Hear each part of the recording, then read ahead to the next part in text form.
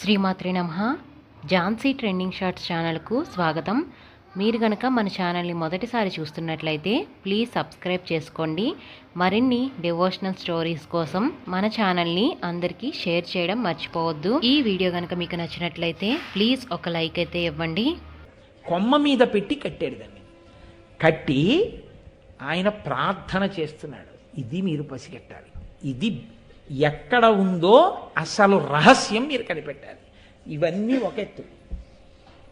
వీళ్ళు ఎలా వచ్చారో అలా రాగలిగిన వాడు ఉంటాడు. దుర్యోధనుడికి తెలిస్తే 1000 మంది గూఢచారులు దానికి ఎందుకు రావడం పెద్ద లెక్కేం కాదు. కానీ ఎందుకు రాలేకపోయారో, ఎందుకు ఎవరి బుద్ధికి అందలేదో ఇప్పుడు మీకు తెలుస్తుంది. ఆయన అన్నాడు, ఆ చెట్టు మీద కూర్చుని ఆ ఆయుధాల్ని కట్టి బ్రహ్మ విష్ణు మహేష దిక్పాల చంద్ర సూర్య వన దేవత పితృస్థుతులొనర్చి ఎంతమందిని ప్రార్థన చేశాడో చూడండి.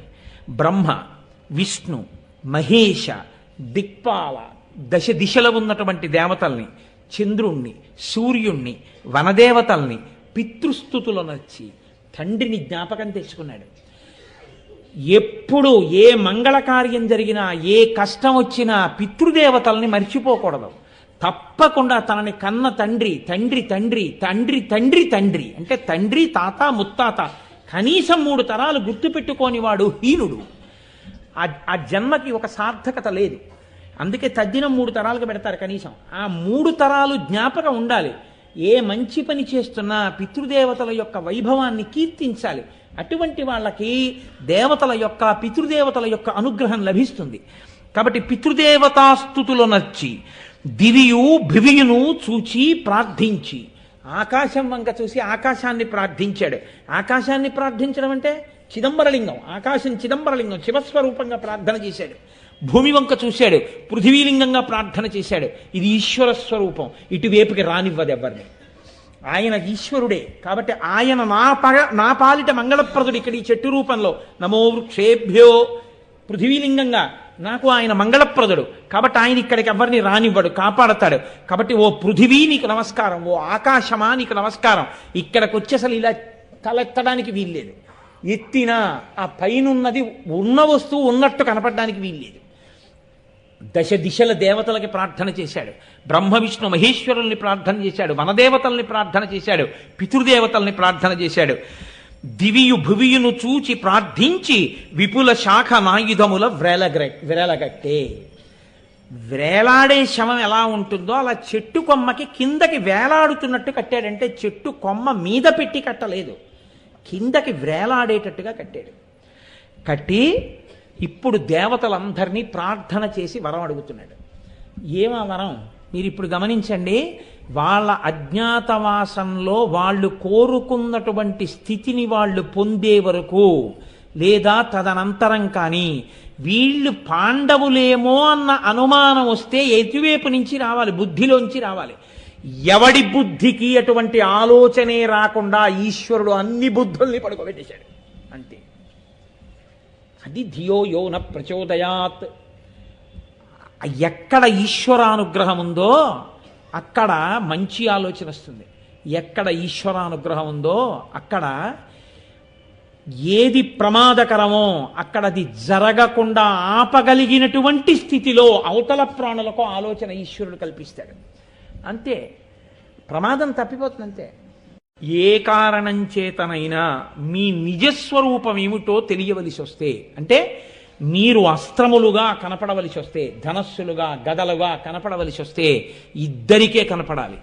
ఈ ఏడాది లోపల ఒకవేళ మా 5గురిలోనే ఎవరైనా వచ్చి ముట్టుకోవాలని అనుకుంటే భయంకరమైనటువంటి పాముగా కనపడెదరుగాక, ఆయుధములుగా కనపడకుండుగాక. అది భీమసేనుడి ధనస్సే కావచ్చు. భీముడు నా ధనస్సే తీసుకుందామని వచ్చినా అతడికి అది ధనస్సుగా స్పృశింపబడకుండుగాక. భయంకర సర్పము భంగి కనపడుగాక. ముట్టుకున్న సర్పాన్ని పట్టుకున్నట్టే ఉండాలి తప్ప అది ధనస్సు అన్న భావన తనకి రాకూడదు. అలా మీరైపోదురుగాక అన్నాడంతే. ఇప్పుడు ధనస్సులు ఎలా అయిపోతున్నాయి? ఆయుధాలన్నీ పాములు అయిపోతున్నాయి. ఎవరి మాటకి? ధర్మరాజు గారి మాటకి. ఎందుకు అయిపోవాలి? ఆయన ఉపాసన అటువంటిది, ఆయన భక్తి అటువంటిది, ఆయన ధర్మం అటువంటిది. ఆయన ధర్మానికి ఆయన ఆయుధాలు, ఎవరి ఆయుధాలు వాళ్ళకి దక్కకుండా వాళ్ళ ఆయుధాలని పాములుగా మార్చేశాడంతే. తమ్ముళ్ళవైనా సరే మరి ఎవరికి కనపడాలి ఆయుధాలుగా? ఒక్క నాకు అర్జునుడికి తప్ప భీముడికి, నకులుడికి, సహదేవుడికి కూడా అలా కనపడకుండుగాక. నిస్సంకోచంగా చెప్పేశాడు.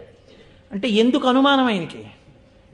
అలాంటి పరిణతితో ఏడాది లోపలొచ్చి ముట్టుకోవలసి వస్తే ఆలోచించి ముట్టుకోగలిగిన వాడిని నేను, తప్పితే అర్జునుడు. మేమిద్దరం ముట్టుకుంటే అజ్ఞాతవాసానికి భంగం రాదు.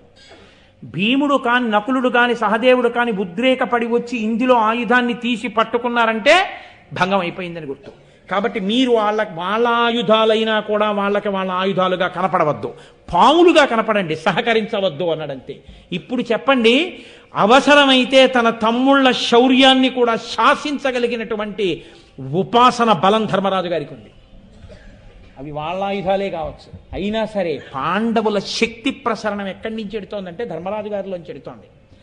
పైకి అమాయకుల్లా కనపడచ్చు, ఆయన భక్తి అంతటిది, ఆయన ధర్మాచరణం అంతటిది. అటువంటి ధర్మాచరణం కలిగిన ధర్మరాజుకి తమ్ముళ్ళు అయ్యారు కాబట్టి వీళ్ళ యొక్క శక్తులన్నీ పనికొచ్చాయి. కర్ణుడి శక్తి పనికి రాకుండా పోవడానికి కారణం దుర్యోధనుడు పట్టుకున్నాడు.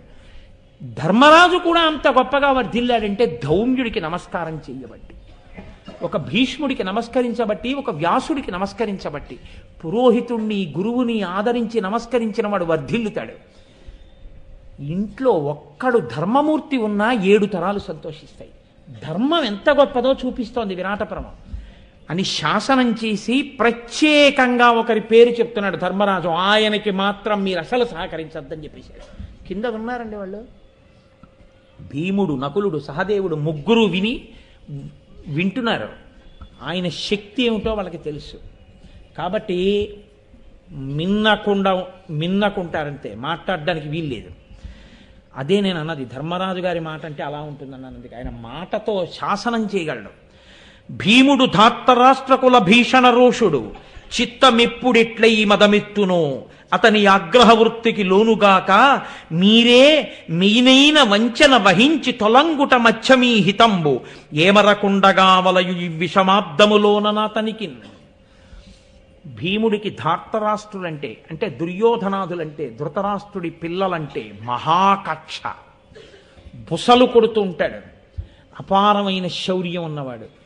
ఎప్పుడు ఏది వింటాడో, ఏ ఆలోచన వస్తుందో, ఎందుకు వచ్చేస్తాడో, ఎప్పుడు గభాలను వచ్చి చెట్టెక్కి తన గద కాని తన ఆయుధం కాని తీయడానికి ప్రయత్నిస్తాడో, ఓ ఆయుధములు రారా, మిమ్మల్ని నేను ప్రార్థన చేస్తున్నాను, భీముడికి ప్రత్యేకించి సహకరించవద్దు. ఒకవేళ భీమసేనుడే వచ్చి చెట్టెక్కి ఈ మూట ముట్టుకొని తన ఆయుధం తీసుకునే ప్రయత్నం చేసినా సరే, ఏదో ఒక వంచన చేసి భీముణ్ణి వంచి మీరు పక్కకి వెళ్ళిపోండి, అతని చేతిలోకి వెళ్ళవద్దు. కింద వింటున్నాడండి, భీముడు వింటున్నాడు. ఇప్పుడు అదేంటన్నయ్యా, నా ఆయుధం కదా, నేను తీసుకోగలను అంటాడని మీరు అనుకుంటున్నారా? ధర్మరాజు గారి మాట వింటుంది భీముడు ధనస్సైనా సరే. అది ఆయన శక్తి అంటే. భారతదేశంలో అందుకే దీనికి ధర్మభూమి, కర్మభూమి అని పేరు. ఈ దేశం పేరు చెప్పేటప్పటికీ ప్రపంచంలో ఉన్న మిగిలిన దేశాల కోట్ల జనం ఇలా లేచి నిలబడి నమస్కారం చేయవలసిందే. భారతదేశమా అని. ఎందుకు అంటే ఒక్కటే కారణం, ఐశ్వర్యం కోసం వెంపర్లాడడం ఈ జాతి లక్షణం ఇప్పుడు కాదు, ధార్మిక జీవనం అంతే. ఒకరికి పెట్టడం, తాను తినడం, ఎంత కష్టమైనా తాను ఓర్చుకోవడం, భగవాడిని కూడా రక్షించి ఔదార్యంతో కాపాడడం, ఇది తప్ప అసలు కొట్టడం అన్నది తెలియదు. అధర్మాన్ని తీసేయడానికి కొట్టడం అన్నదే చేయవలసి వస్తే నెత్తుటి టేరులు కూడా పారించగలదు వీరభూమి.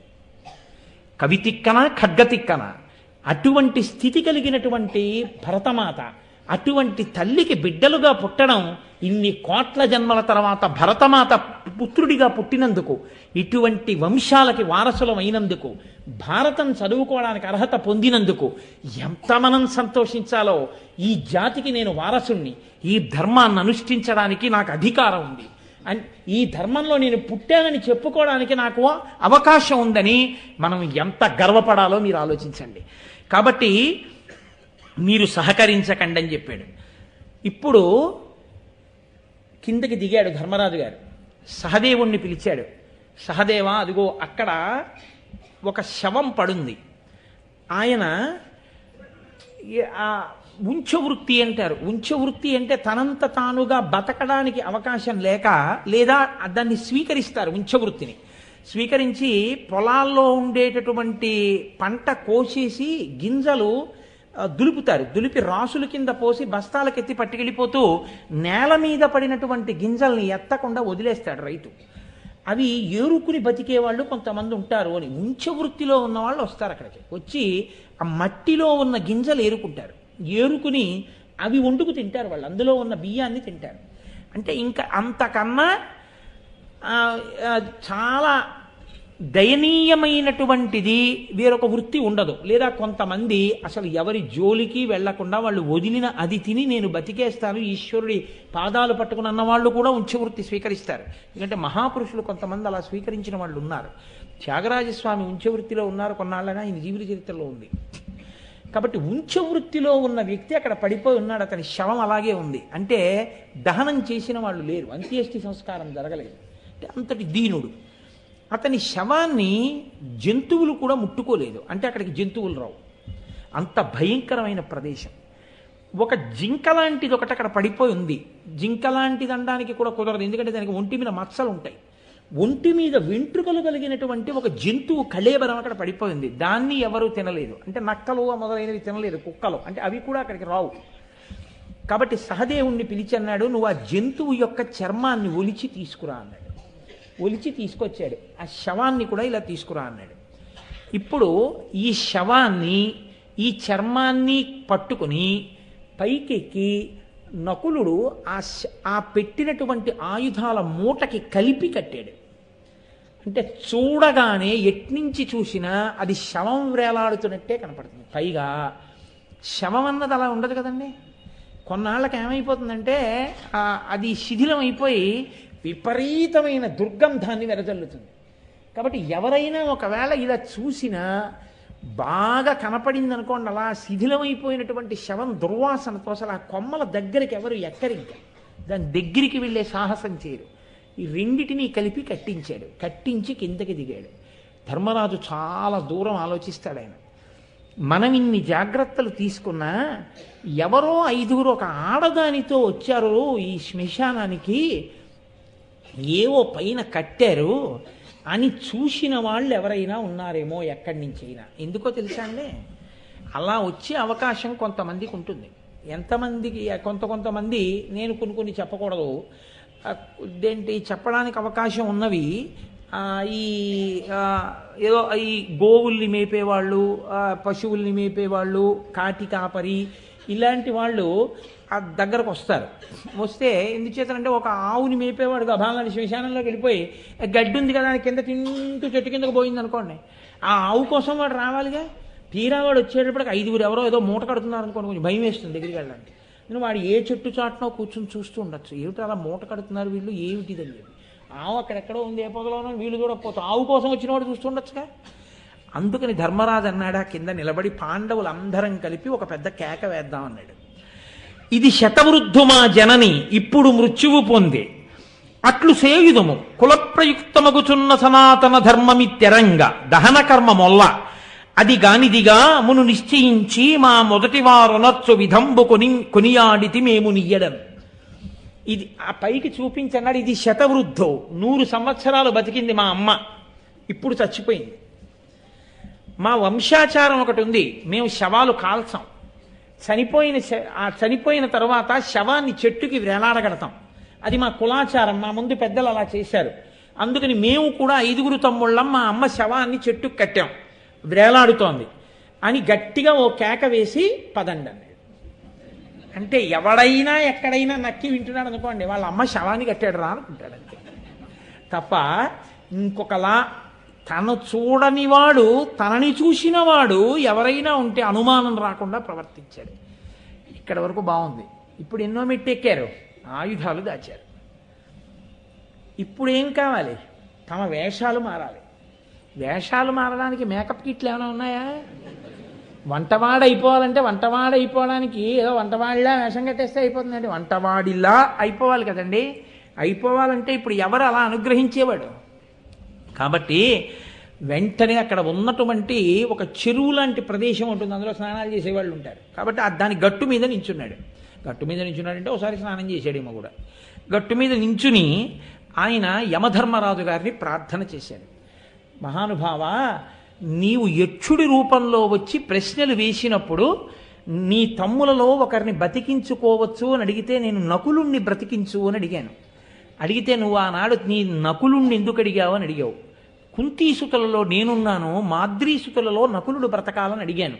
నువ్వు నకులుణ్ణి బ్రతికించి నీ ధర్మానుష్ఠాన విధానానికి నేను సంతోషించానయ్యా.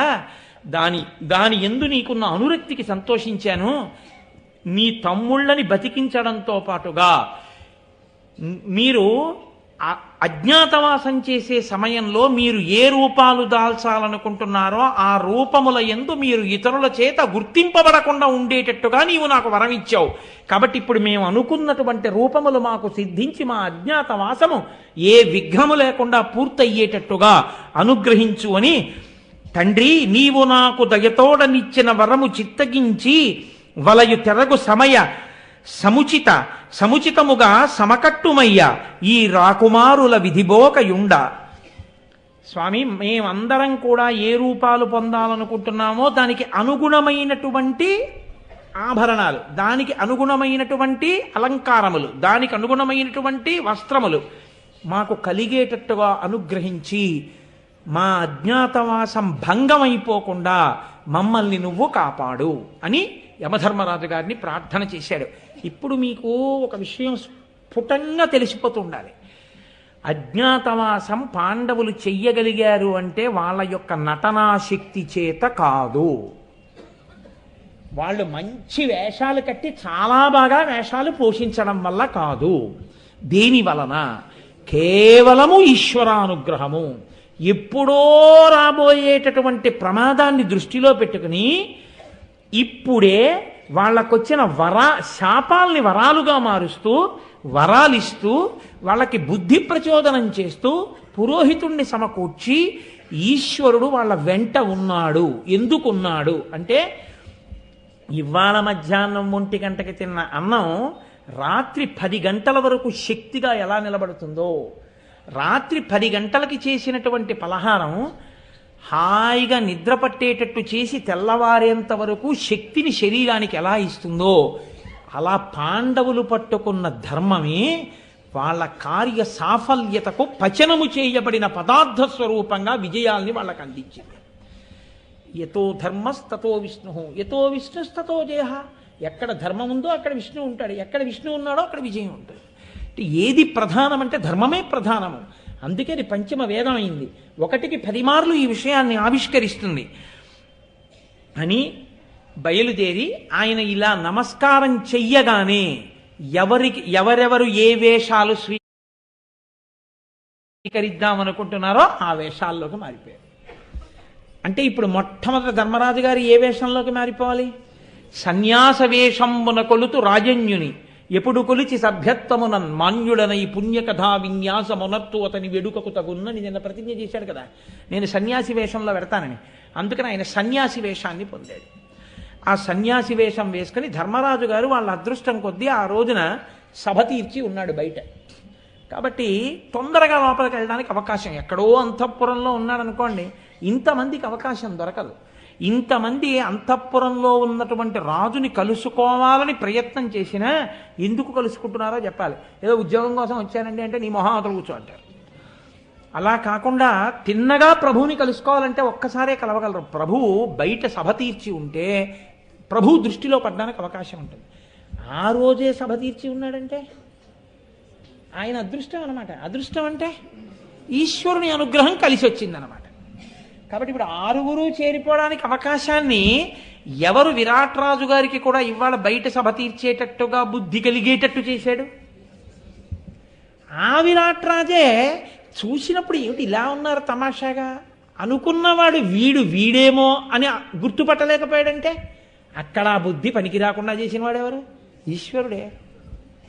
ఇది ఈశ్వరుడు అంటే. ఎక్కడ వెతుకుతారు ఈశ్వరుడిని? అది ఆయన అనుగ్రహం అంటే. అందుకే సరే, కాబట్టి విరాట్ రాజు గారు ముందు చూశాడు ధర్మరాజు గారిని. ఎందుకంటే బయట సభ తీర్చి ఉన్నాడు కాబట్టి ఎత్తైన సింహాసనం మీద ప్రభువు కూర్చొని ఉంటాడు. కింద నడిచొస్తున్న వాడికి సభంతా కనపడదు. ఎత్తైన సింహాసనం మీద కూర్చున్న వాడికి దూరంగా వస్తున్నవాడు కూడా కనపడతారు. ఇప్పుడు ఇక్కడ మీరు కింద కూర్చుని ఉన్నారనుకోండి, ఎక్కడో సైకిల్స్ దగ్గర నిలబడిన వాళ్ళు మీకు కనపడరు, నాకు కనపడతారు లీలగా ఇక్కడి నుంచి. అలా ఎత్తైనటువంటి ఆసనం మీద ఉన్నాడు కాబట్టి ప్రభువుకి కనపడుతోంది. అంటే ఆంధ్రీకరిస్తున్నటువంటి కవి ఎంత పరకాయ ప్రవేశం చేసి రచన చేస్తున్నారో మీరు గుర్తించండి. అలవోకగా చేసిన ఆంధ్రీకరణ కాదు. ఏదో రాత్రి కాఫీ తాగి ఫ్లాస్క్ కట్టి టీ తాగి పనికిమాలిన మాటలు ఎంచుకుని ఏతి ప్రాస సరిపోతుందా 30 మాటలు చూసుకుని పడిన కవిత్వం కాదు. ఆ ఘంటం పట్టుకుని రచన చేస్తుంటే, ఒక్కసారి సంస్కృత భారతాన్ని చదివి రచన చేసేస్తుంటే, అందులో ఈ విషయాన్ని తీసి ఈ విషయాన్ని కలిపి చేద్దాం అనుకుంటే అది సరిపోయిందంతే. అలాగా సరిపోయి ఆ కవనం వెళ్ళిపోతుంటే ఆయన విరాట్ రాజుతో చూస్తుంటే, విరాట్ రాజు చూస్తున్న ధర్మరాజు విరాట్ రాజుకి కనపడ్డట్టు తిక్కన గారికి కనపడాలి. ఇది తిక్కన గారికి ఎన్నడో జరిగిన ఇతిహాసం ఇవాళ కనపడి రచనగా తెలుగులోకి రావాలంటే తిక్కన గారిలోకి హరిహరనాథుడు వచ్చాడు. హరిహరనాథుడే ఘంటంగా కదిలాడు. ఆ పద్యం ఈశ్వరానుగ్రహం. ఆ ఈశ్వరానుగ్రహం ఆనాడు విరాటరాజు రూపంలోకి ధర్మరాజు గారిని అనుగ్రహించడానికి ప్రవేశించింది. ఈనాటికి భారతం అనేటటువంటి అమృత కథ రూపంలో, ఆ పద్యాల రూపంలో ఆ ప్రవాహం వెడుతూ ఇప్పటికీ విన్న వాళ్ళని ముంచెత్తుతోంది. ఆ ప్రవాహమే ఇప్పుడు ఈ సభని కూడా ముంచెత్తుతోంది.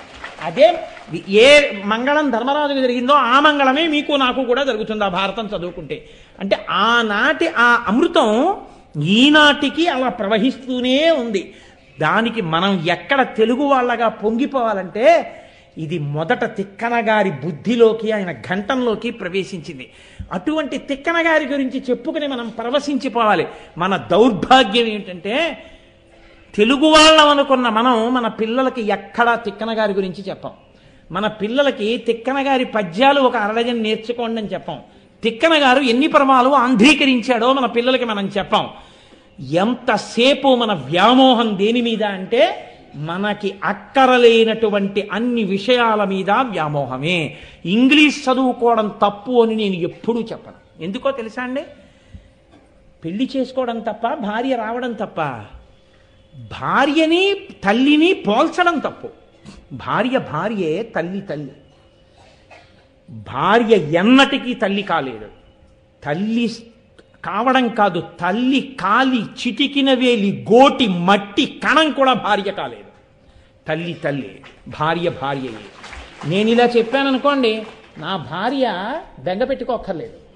నా భార్యగా నా తల్లి కన్నా తక్కువ స్థానంలో ఉన్న వ్యక్తి నా భార్యగా నా బిడ్డలకు తల్లి స్థానంలో అదే స్థానంలో ఉంది కాదా? ఎందుకు బెంగ పెట్టుకోవాలి? తల్లి స్థానం తల్లిదే, భార్య స్థానం భార్యదే. భార్యని ప్రేమిస్తే తల్లిని ద్వేషించాలా? తల్లిని ప్రేమిస్తే భార్యని ద్వేషించాలా? ఏం ద్వేషించక్కర్లేదే. నువ్వు తల్లిని పూజించవచ్చు, భార్యని ప్రేమించవచ్చు. వాళ్ళిద్దరూ కలిసి ఉంటే నువ్వు సంతోషించవచ్చు. అలా తెలుగు నీ తల్లి, ఇంగ్లీష్ నీ భార్య. భార్యని భార్యగా ఉంచుకో, తల్లిని తల్లిగా ఉంచుకో. భార్య కోసం తల్లిని వదిలేసుకోక్కర్లేదు. భార్య కోసం తల్లిని వదిలేసుకుంటానడం ఎంత తొంటరితనమో. తెలుగు మాకు రాదండి, మేము ఇంగ్లీష్లో పుట్టాము, ఇంగ్లీష్లో పెరిగామన్నట్టు పిచ్చి పిచ్చి నటనలు చేసి అయిందానికి కాందానికి గోదావరి ఎక్స్ప్రెస్ అని కూడా అనకుండా గోదావరి ఎక్స్ప్రెస్ అనడం చాలా పెద్ద నేరం. అలా మాత్రం అనక్కర్లేదు, గోదావరి ఎక్స్ప్రెస్ అనొచ్చు. కాబట్టి నాకు ఎక్కడ మండుతుందంటే, ఇక్కడ పుట్టిన వాళ్ళు ఎంత ఇంగ్లీషో టీవీల్లో చూస్తుంటాం. తెల్లారులేస్తే తెలుగు వాళ్ళని మనం మురిసిపోయి వాళ్ళందరినీ చూసి మనం జేజేలు కొడతాం. వాడు ఇంటర్వ్యూ ఇస్తే 50 ఇంగ్లీష్ మాటలు, ఒక్క వాక్యం తెలుగు మాట్లాడేవాడు. వాడు తెలుగులో ఉన్నటువంటి పెద్ద ప్రావీణ్యుడని మనం వాడికి జేజేలు కొట్టడం. అదే తెలుగుకి మర్యాద అంటే, అదే తల్లికి మర్యాద అంటే. భాష భాషే, భాష తల్లి, ఆమెకు ఆ మర్యాద ఉండి తీరుతుందంతే. కాబట్టి తిక్కన గారంటే మహాపురుషుడు, అమృతాన్ని పండించినటువంటి వ్యక్తి. కాబట్టి ఇప్పుడు దూరం నుంచి విరాట్ రాజు గారు ధర్మరాజు గారిని చూశారు.